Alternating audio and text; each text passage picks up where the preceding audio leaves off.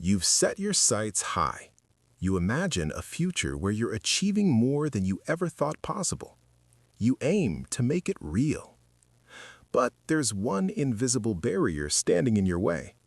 You know what needs to be done, yet somehow you can't bring yourself to start. You're stuck in procrastination. That inaction creates guilt, because deep down you know you're capable of more than what you're currently doing. Day after day, week after week, month after month, that guilt piles up, until eventually you accept it as normal. Then a new year arrives. You pick up the same goals you set last year, fueled by brief bursts of motivation, but before you know it, procrastination quietly slips back into your life. It's persistent, unwelcome, and sneaks in like an unannounced visitor. Soon, it turns into a daily cycle, and you start labeling yourself as lazy. So how do we break this cycle? How do we finally escape procrastination for good? There are countless videos online about this.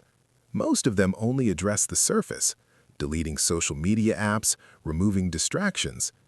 Sure, those things can help in the short term, but they don't tackle the root cause. And that root cause can be summed up in one word: inertia.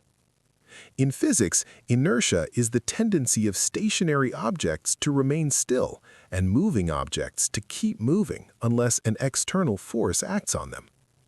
Newton's first law applies to our actions just as much as it does to objects. Starting anything, no matter how small, requires an initial push, a burst of energy to overcome that state of rest. And here's the problem. We make that initial push feel enormous in our minds. So instead of acting, we distract ourselves with low-value activities that give quick dopamine hits. To defeat procrastination, we have to break inertia. And there are two practical ways to do it. Number one, just start. The hardest part of any task is simply beginning. Make the first step as small as possible. For example, if you tell yourself, "I need to write a 5,000-word article," the inertia is huge and starting feels impossible. But if you say, "I'll just write 50 words," the inertia is tiny. Starting now requires almost no willpower.